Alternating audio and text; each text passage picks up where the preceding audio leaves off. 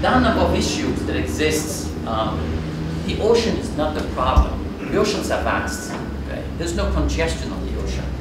Some oceans are not very safe, but they're vast and there's no congestion. One of the big problems is land access. Okay? Congestion on the land side of the port is one of the biggest problems, and not just in Indonesia. Okay?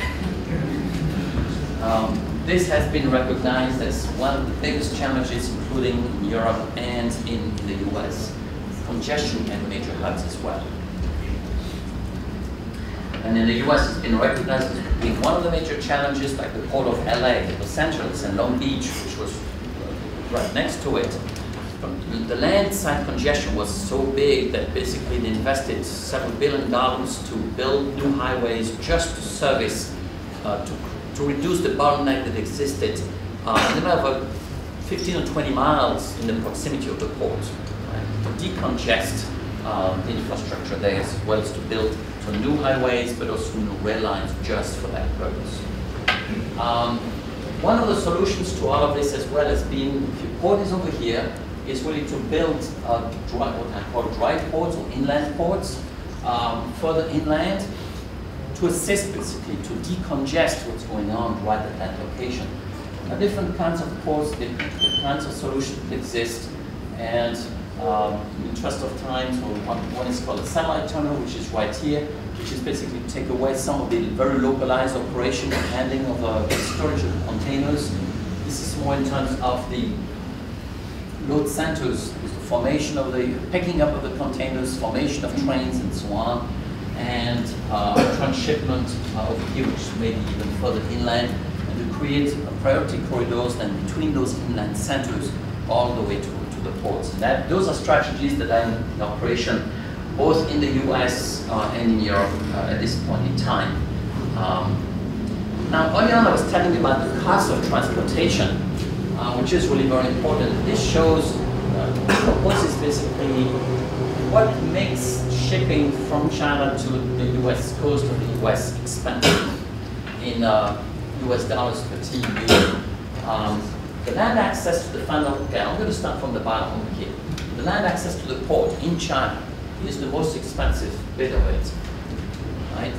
That's in US dollars, $2,000 per TEU, per container. Now, if you allocate it right at the port, it's going to be less than that. This is an average. But if you are way inland, 2,000 kilometers inland, like in Chengdu, for instance, then it's likely to be that amount, right? That's one of the reasons why businesses are very reluctant to move inland if indeed they want to ship to the US, because that's going to add to their cost of doing business. Okay. Notice as well, this is the biggest of the costs. Chinese ports are extremely efficient, among the most efficient in the world. Okay. As efficient as Rotterdam, okay, if not more efficient. Maritime transportation, even though this is on thousands of miles, this is very cheap because they ship 10 or 15,000 of them at a time. Okay? Very cheap. Okay. Port handling on the US side is very cheap as well. Okay? The land side on the US side is relatively cheap.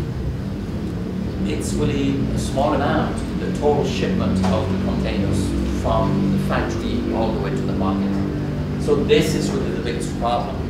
Now, if China has this problem, you can imagine how big a problem it is for Indonesia. I don't have the numbers for Indonesia, but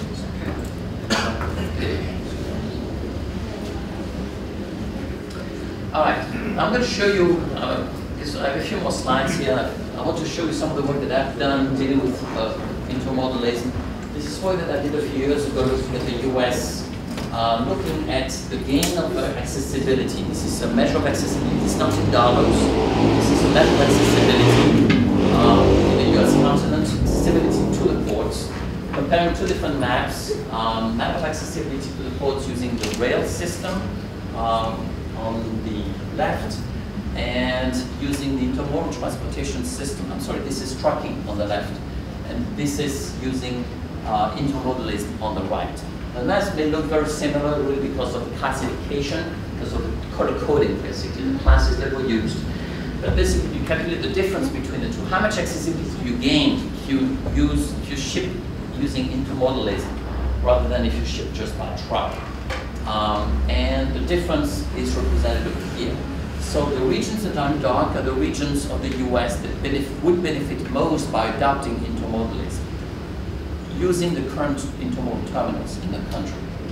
And those are particularly the regions that are more remote with respect to the ports, but actually even here close to Seattle, they will benefit quite a bit from it. In the upper Midwest, which are the traditional industrial regions of the two. So this is a tool basically that can be used to sort of demonstrate the advantage of intermodalism using those standardized measures of accessibility. You can convert that. There's a relationship between accessibility and the actual cost of shipping as well. Now, some of the other work that I've been doing comes out of a very big database compiled by a company called Pierce that contains all of the exports, so the import into the US. I did some research with a couple of students of mine dealing with European ports. This is the hierarchy of ports in Europe. So Rotterdam is over there, it's one of the biggest ones. Hamburg is actually the largest European port shipping to the US. And I said shipping to the US, but this is only for US imports. And the ports in the Mediterranean are a bit smaller.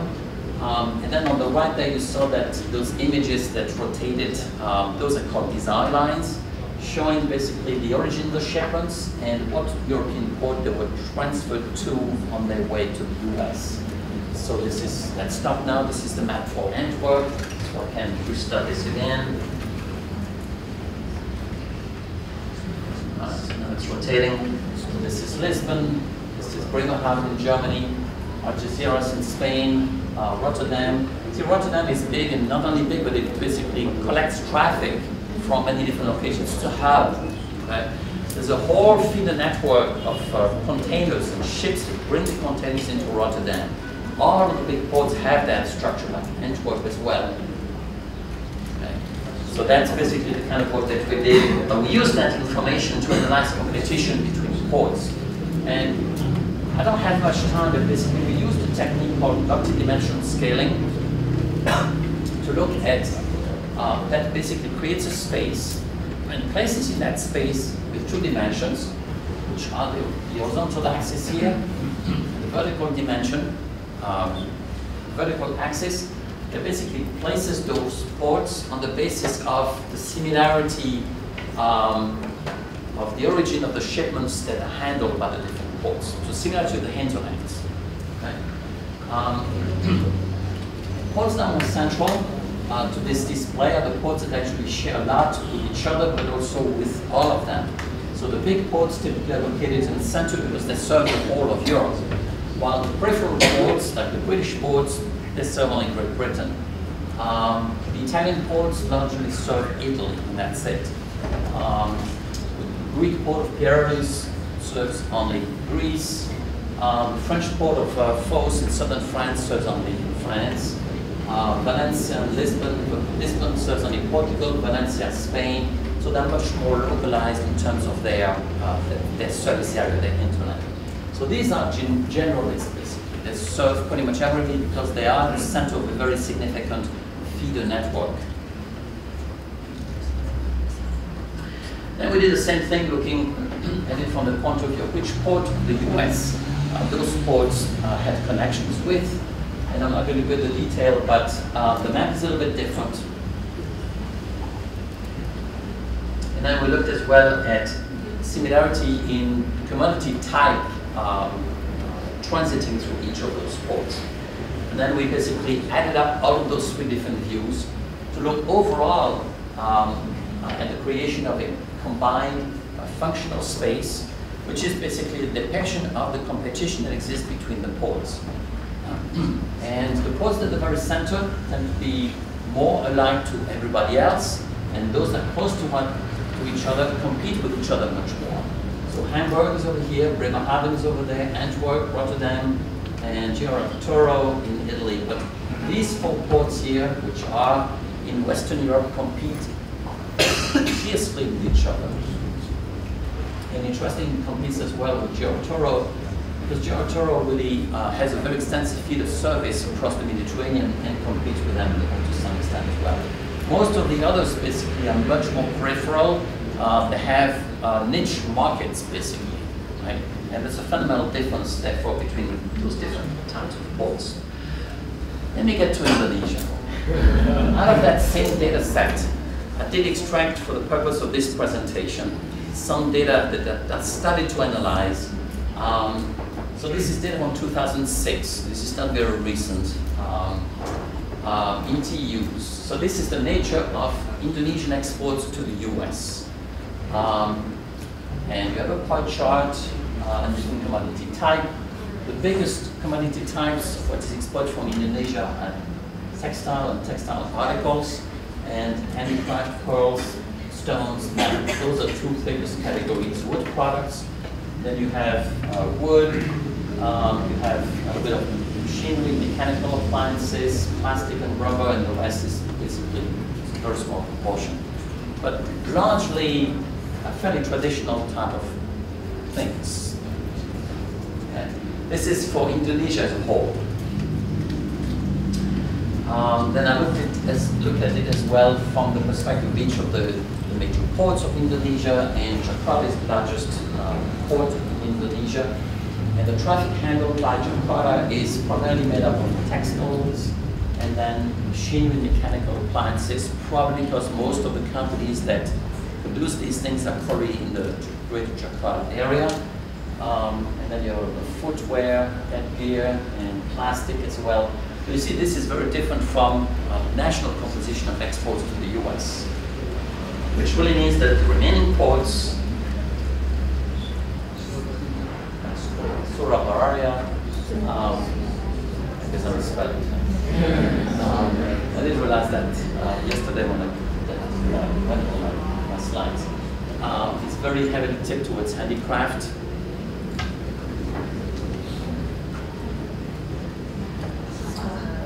Saruman, Samarang. I misspelled it as well.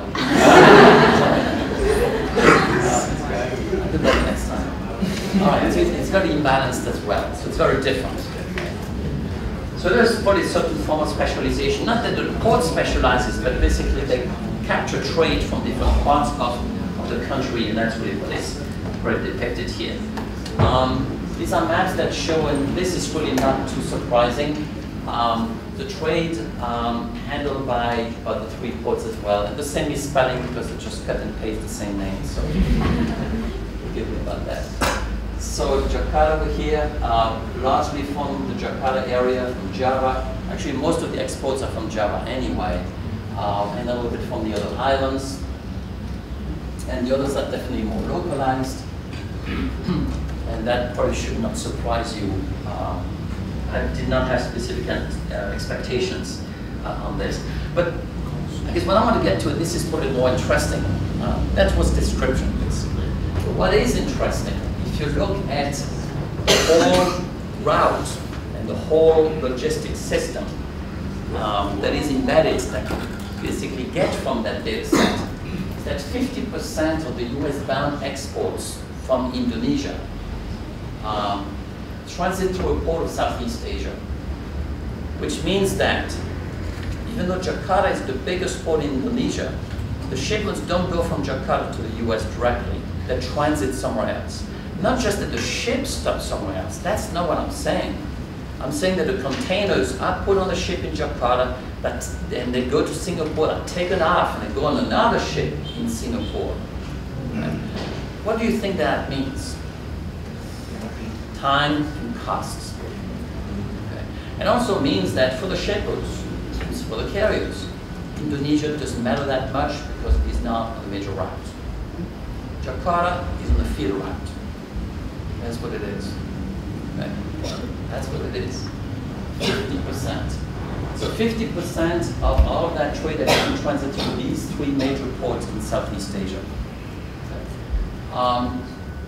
And if you look at actually the total number of TUs and the percentage over there, so Singapore handles 38% of all of the exports from Indonesia. So they make a lot of money out of Indonesia. Actually, Taiwan does as well. Hong Kong does as well. Koreans do as well. Malaysia does as well.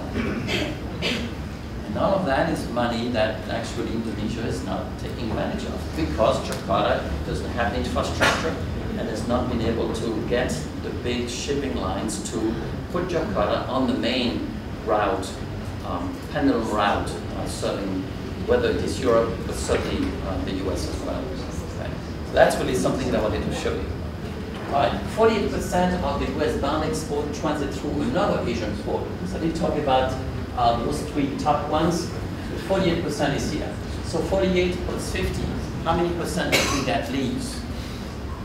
Less than 2% of Indonesian exports go directly to the US out of an Indonesian port. 2%. Less than 2%.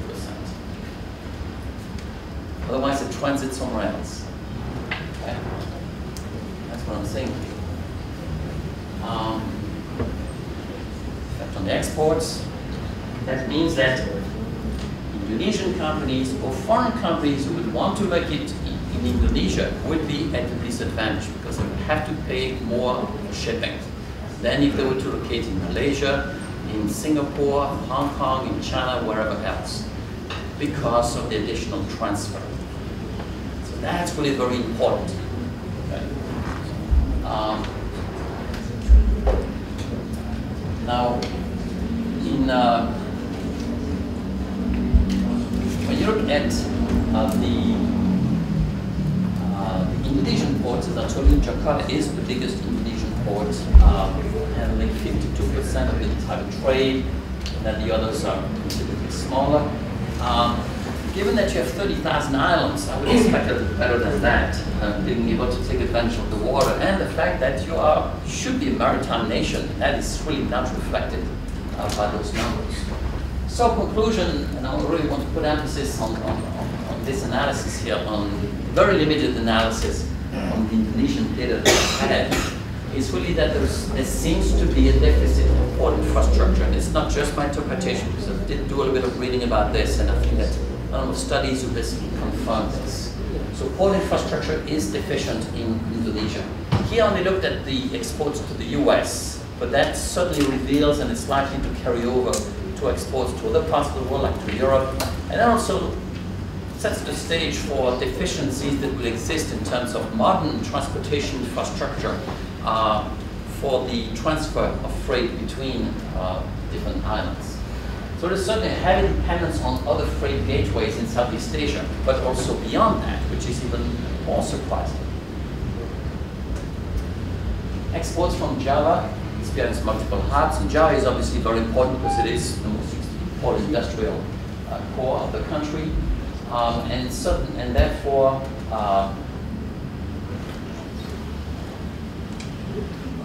it's not higher. It's not what it should be. Higher is opposed to in terms of being more elevated. I think my spell checker ran wild. It's not right. Higher transportation costs. It's not that way.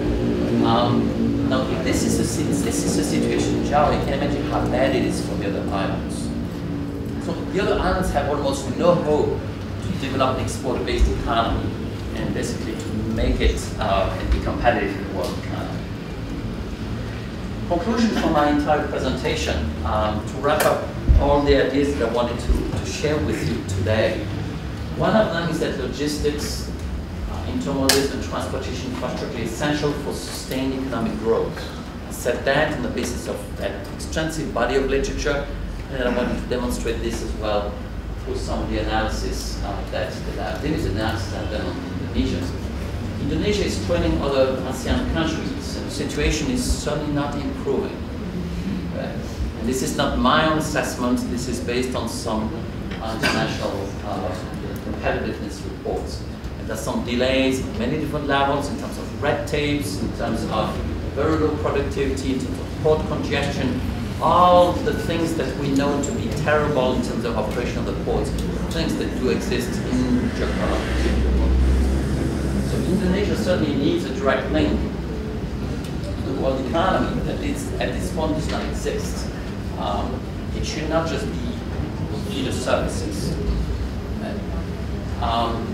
Now, I've learned about the master plan that your government has worked on, and I think that that's probably a very good thing, which has the desire to develop economic corridors on different islands.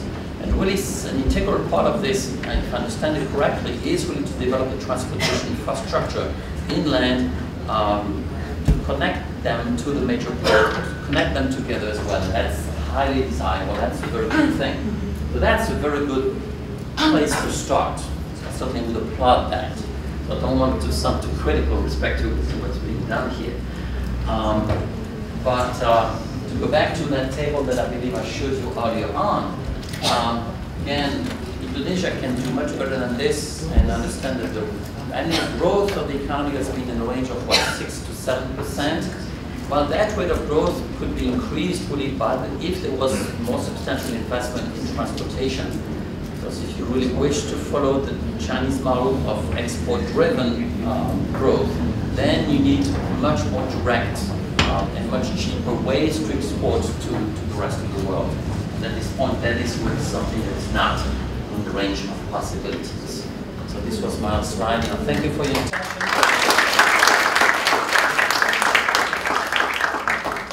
You have to answer questions that you may have. Yes? I have a very important question that unfortunately been asked by our country stakeholders. You said that the growth rate is at will, but in fact there are some resources drafting from Madura. Yes. Yeah, I think that's a very good point, and I thank you for bringing it up. I think it's a fairly well-known fact in transportation. Transportation does not, now winners and losers when you build infrastructure. And in the same way as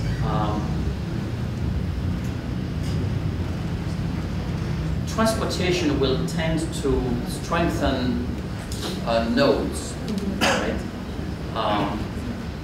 So I think my answer to your question would really be that it's not sufficient just to build the transportation infrastructure, that really something is to be done to make the other islands, I guess, will be at a disadvantage by the connection to Java, by developing its own intrinsic advantages. For instance, investing in education, investing whatever asset they have, so that they basically have one place where they can compete more effectively against Java as a result of that better connectivity.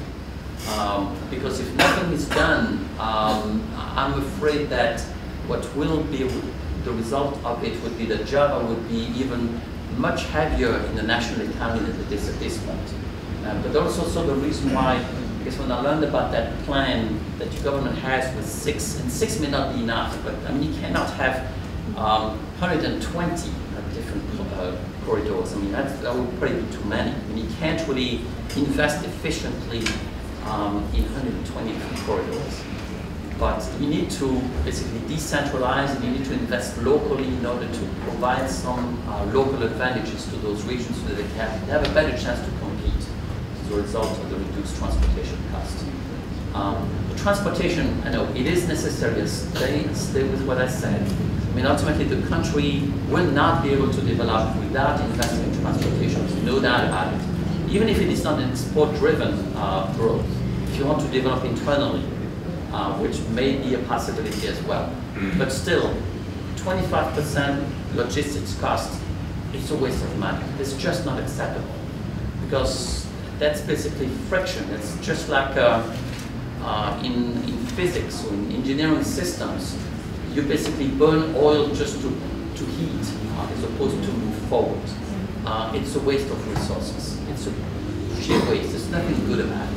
Absolutely nothing good about it. So reducing the 25 down to 15% or 10% in the future is highly desirable, because then you can basically take the difference and apply it to education, which is very important, healthcare, and other very important things that are going to help some of those islands who maybe are more remote. Now, there is probably a fallacy as well that transportation is not going to even out the playing field. There will always be marginal areas. Okay? So areas that are marginal right now will remain marginal. Unfortunately, transportation may actually accentuate the centrality of some locations. Right? So Jakarta, unfortunately, may be even more accessible than it is now. That's also the reason why there needs to be a very proactive policy from the government to assist the regions and the provinces and the peripheries so they have a chance of surviving. And the reason why it is of national interest is that how good would it do for Indonesia for Jakarta to have a population of 100 million? Serves no purpose, because Jakarta will not be able to function. So if all of the population from all of the outlying, the more remote provinces feel that Jakarta is the place to be, they decide to relocate to Jakarta, what good does that do to the country? It serves no purpose. So it is really important to provide opportunities to the population in the provinces. So there needs to be coordinated policies to make that possible. That's my answer. Okay. Right. Yes? So, I want to ask, how does the regional science itself connect with the cultural issue? Because if we see in Indonesia, we have a lot of islands and different culture in each island.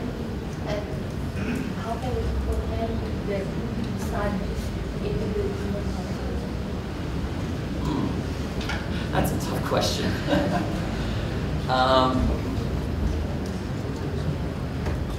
I was going to say that, I mean, certainly different cultures, I think it depends on what you mean by different cultures. Is it different traditions, different languages, and things like that? Is that what you mean? We say like the government get policy and I would say like will take a longer adaptation because of the cultural background. Right. Yeah. I think that's also, there's always a gap there between the theory basically, and these are principles that tend to apply to all cultures and all societies, but certainly if the adopters really are more slow to take on and more slow to be willing to adopt some of those principles and some of those technologies and some of those ideas, the theory will not help in that respect, right? So, because regional science needs to be sensitive to this, the theory, the disciplines, the intellectual, the academic discipline, basically, need to be sensitive to this and can't force, I mean, we're not talking about the government policy here, we're talking about academic principles. So certainly being aware of the fact that there are some cultural differences in terms of rates of adoption and accepting basically some of those principles. I was going to say that, and maybe this is short-sighted, and we say, well, this is very insensitive to the cultural differences, but making people aware of the fact that if they do want to, I mean, obviously people are free to adopt those ideas. You can't force them to adopt them.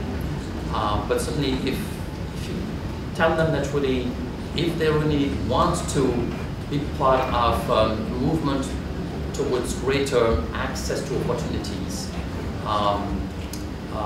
with a greater well-being for their population, and well-being, I fairly broadly define it. It doesn't necessarily mean income, okay, but it's well-being, fairly broad. That's why I chose that word. Then one path to do it is indeed to modernize and to accept some principles and some compromise with respect to some of their deep beliefs rooted in cultural differences.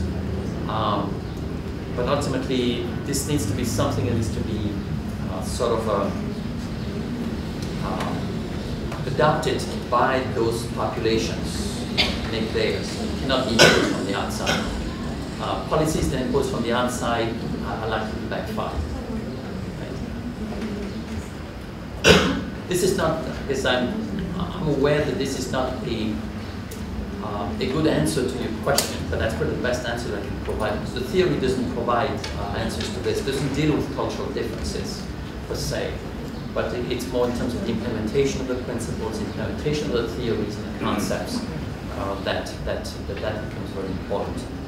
And it's an issue of the policy. It's not the policy analyst, it's the policy decision makers more than anything else, who will need to be sensitive to differences in terms of the rate of implementation they can expect for those decisions and those principles in different parts of the country.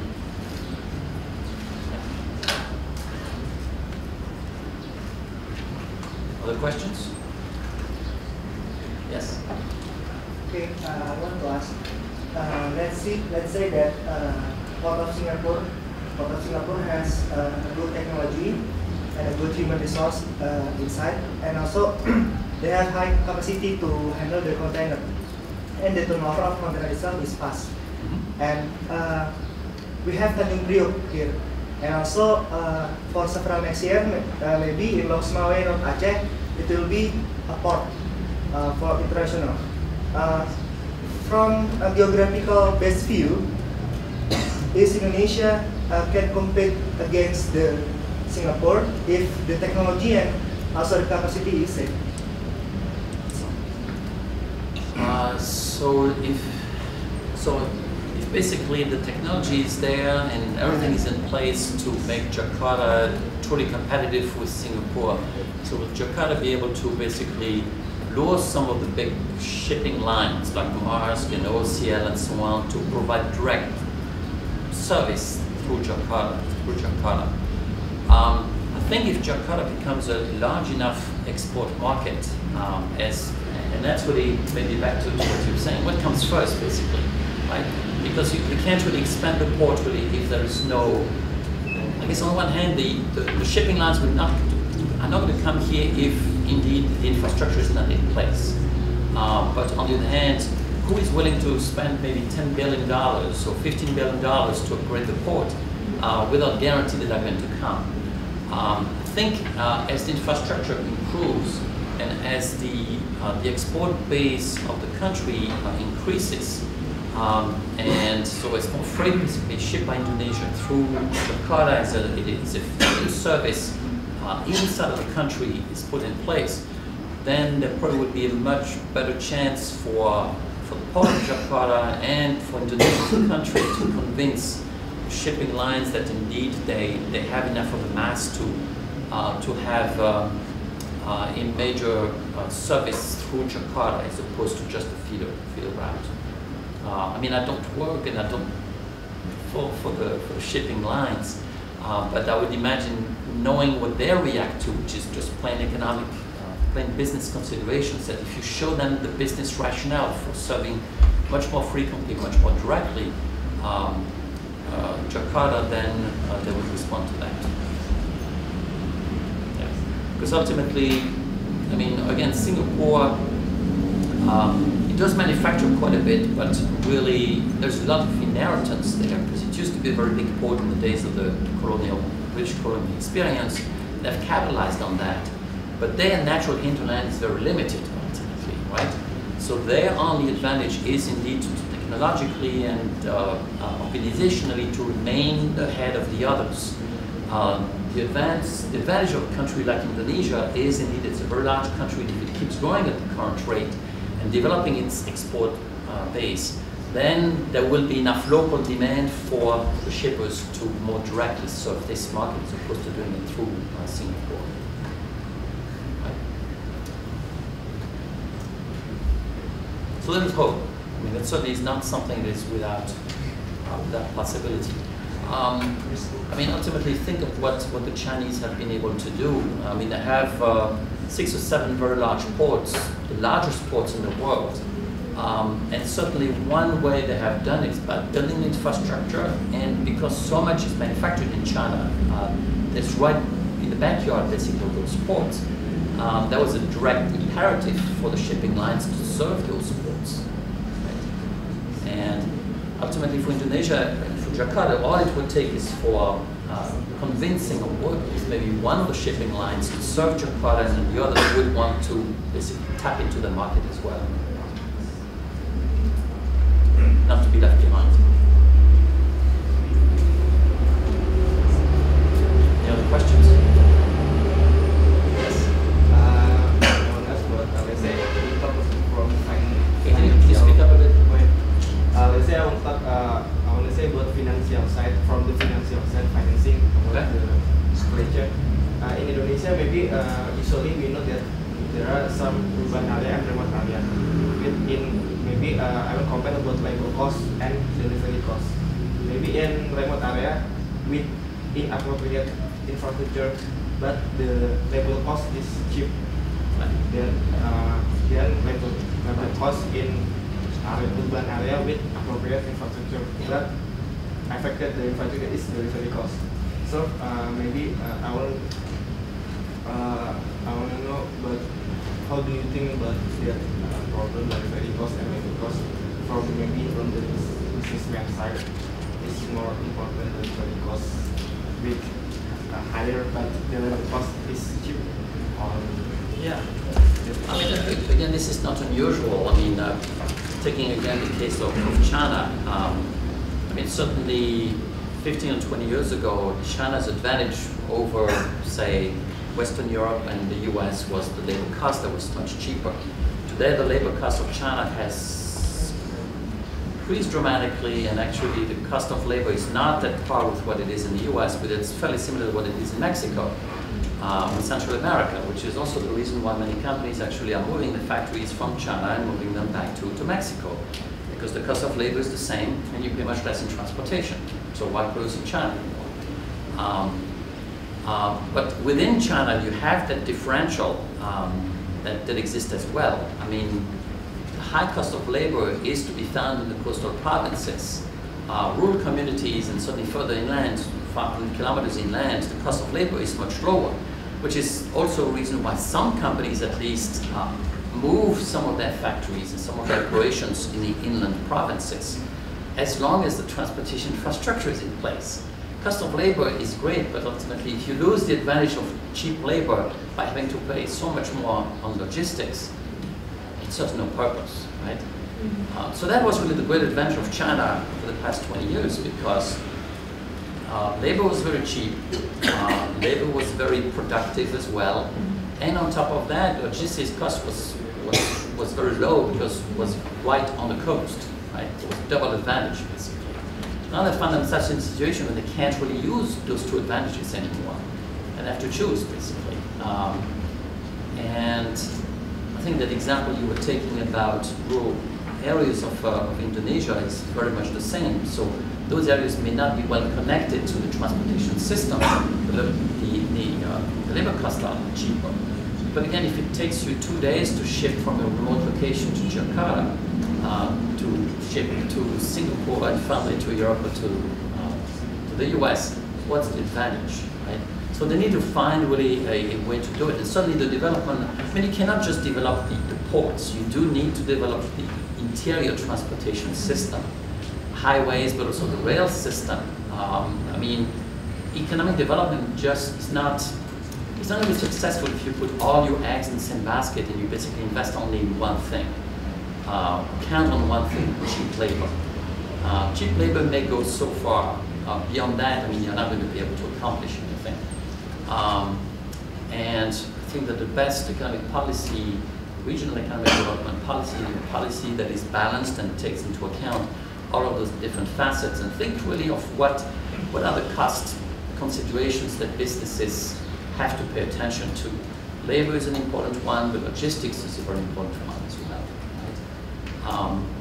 And certainly, if you want to relocate businesses, you may want to keep in mind as well quality of life potentially of the workers or the managers who are going to be moving to this area. Those are also significant elements. Education of the workforce, that's also why countries need to invest in education. So you can't ignore those things, right?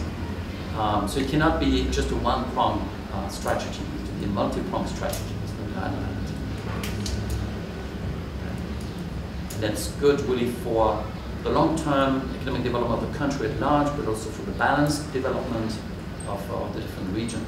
And certainly, in spite of what I said, I don't want you to, because I was putting emphasis on urban areas, I don't mean to say there's no hope for rural areas, but there's no doubt that really countries that develop get more urbanized. I don't know what the rate of urbanization of population is in Indonesia. What's the proportion of the population who lives in cities? Any idea? I don't know.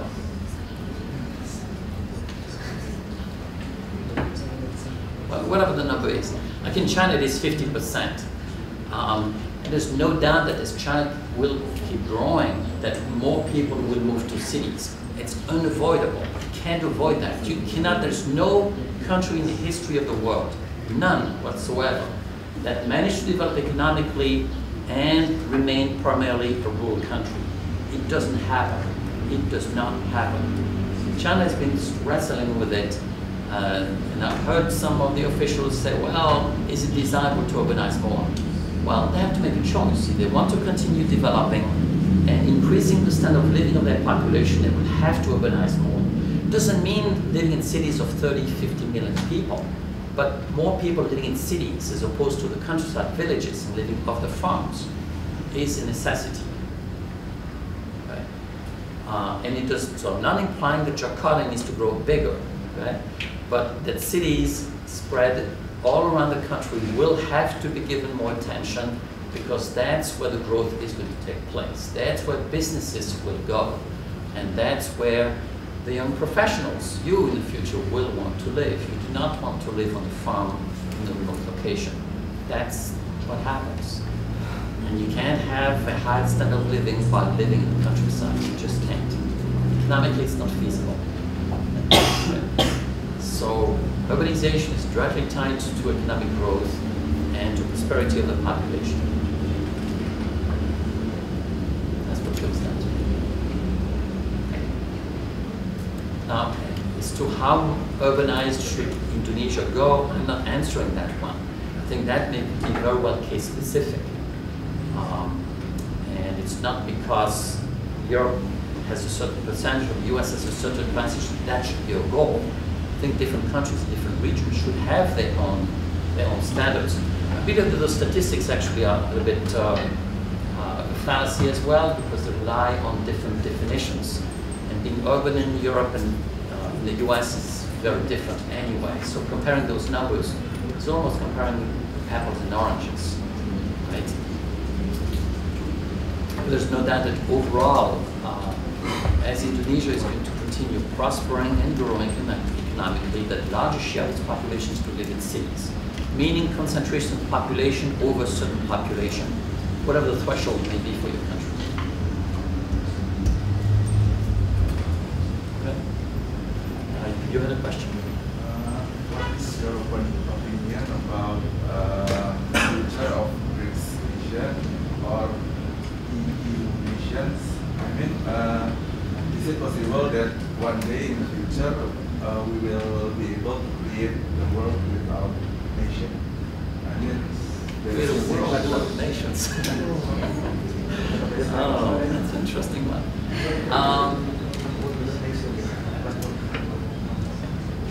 That's why it will increase the efficiency of the world trade.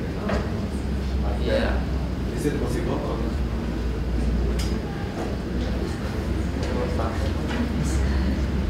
Well, I think that the world economy is bound to be increasingly integrated. And it does not necessarily mean that the flows will always be changing towards the US and towards Europe. And the recession of Europe, that Europe is going through now, who knows how long it's going to last. And certainly a number of countries, including China, is basically reassessing its reliance on Europe as a market, because it is not a reliable market anymore. It's an aging continent that is going to shrink in population.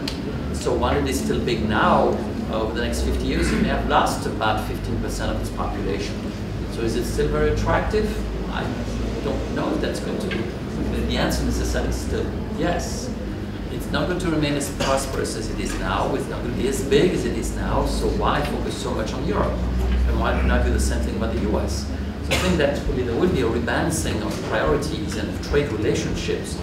China is bound to become much more a destination of trade from other parts of the world, because the cost of labor being what it is now, it's going to continue to be. Manufacturing is going to move out of China to India, to maybe Indonesia already, and progressively they are going to be the destination of a lot of that trade.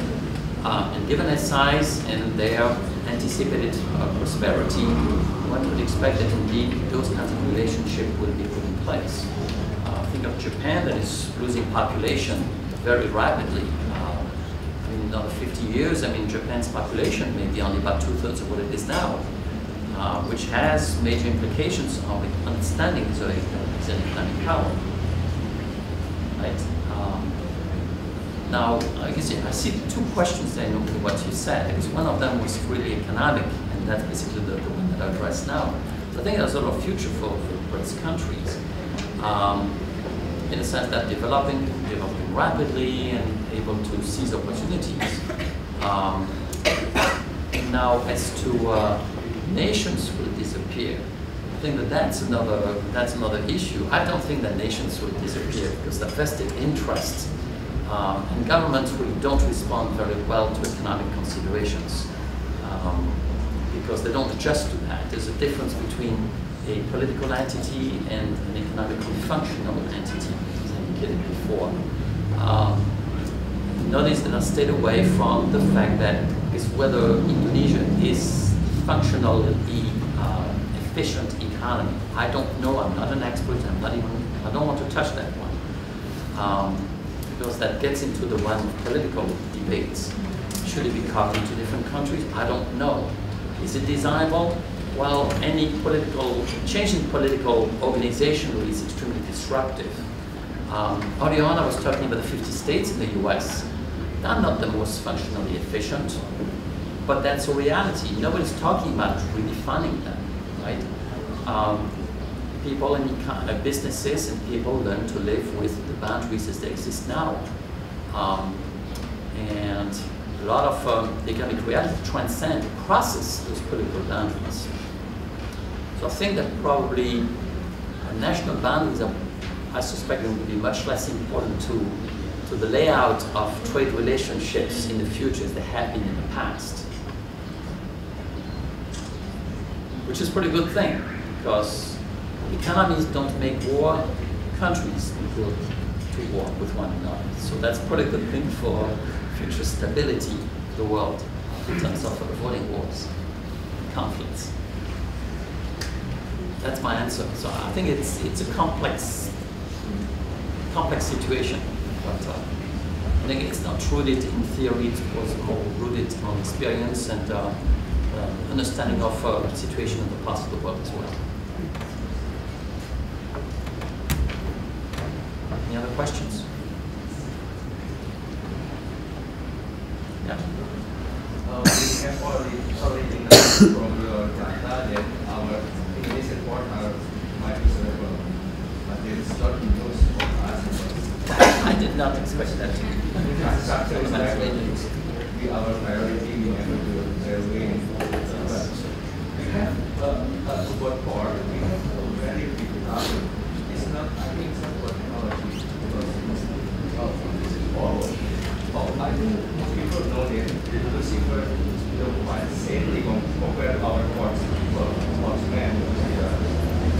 And we will expect what best practice or maybe technology to deal with this problem. So what do you identify as being the main problem? You said it's not technology.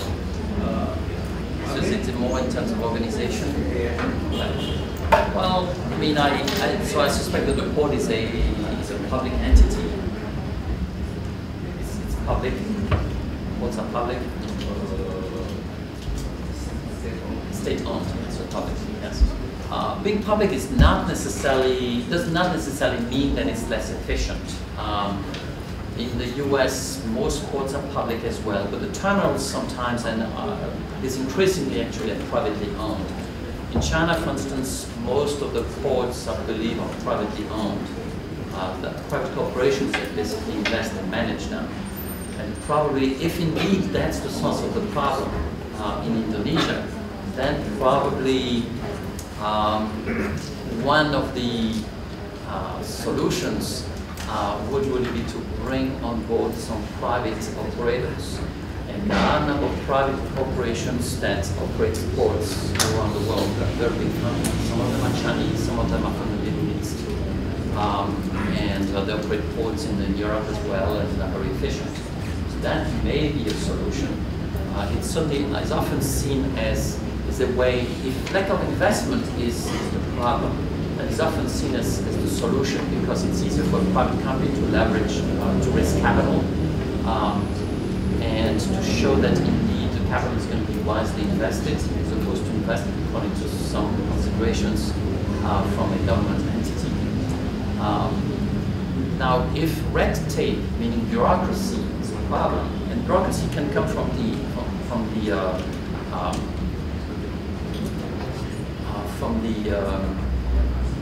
customs, but that's another issue, because that's independent from the port, right? Because even if you privatize the port, customs would still enhance the government entity.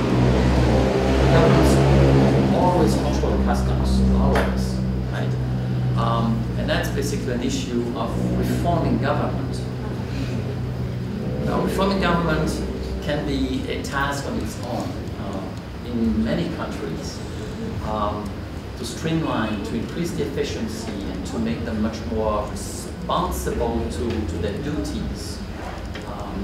And certainly one of the important things for customs is to make them aware that ultimately they're not to impede trade, but they really should be there to regulate trade. And regulating doesn't mean slowing down.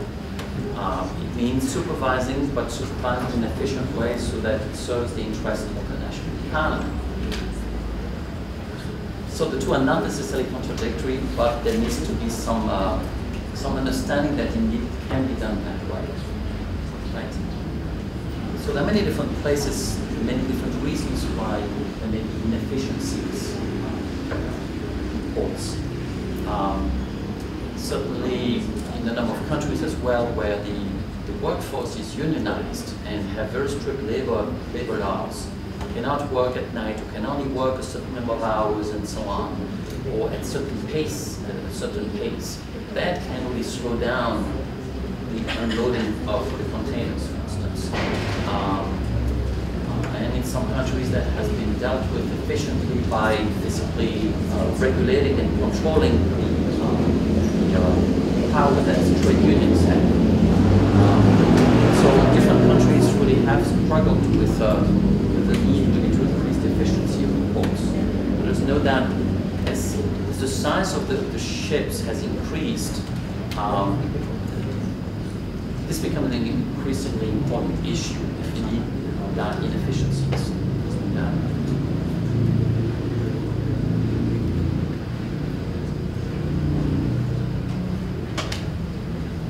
Any other questions?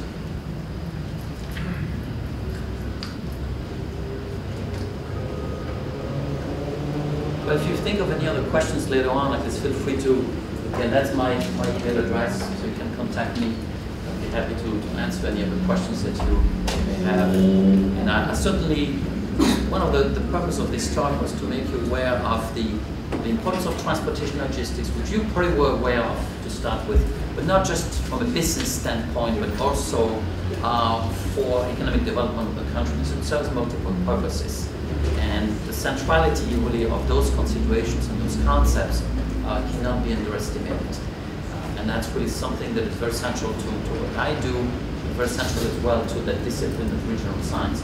Now, regional science is very, very broad in many ways, and it doesn't mean that everybody deals with all of those issues, that some people deal more with transportation logistics issues, others that deal with, say, human resources and innovation, government regulation, and things like that. So it's very diverse. But really the fact that all of it being anchored in the region is really very central to what that discipline is about.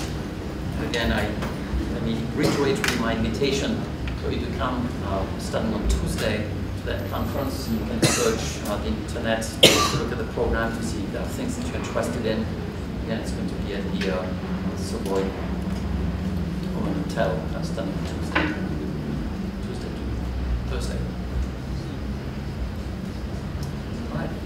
Thank you for coming, and hopefully awoken some interest in your mind and in your curiosity for some of those interests revolving around transportation and spatial organization, which is basically where people live, where businesses do business, and how they relate to one another. That's what it is about. All right, thank you very much.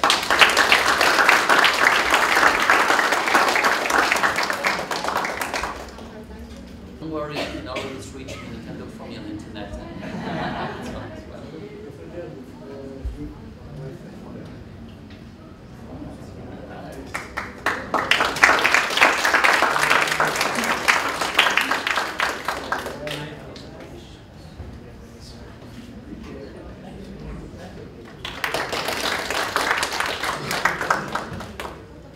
Thank you very much. So we'll nicely keep this in memory of my visit here. Thank you. Thank you.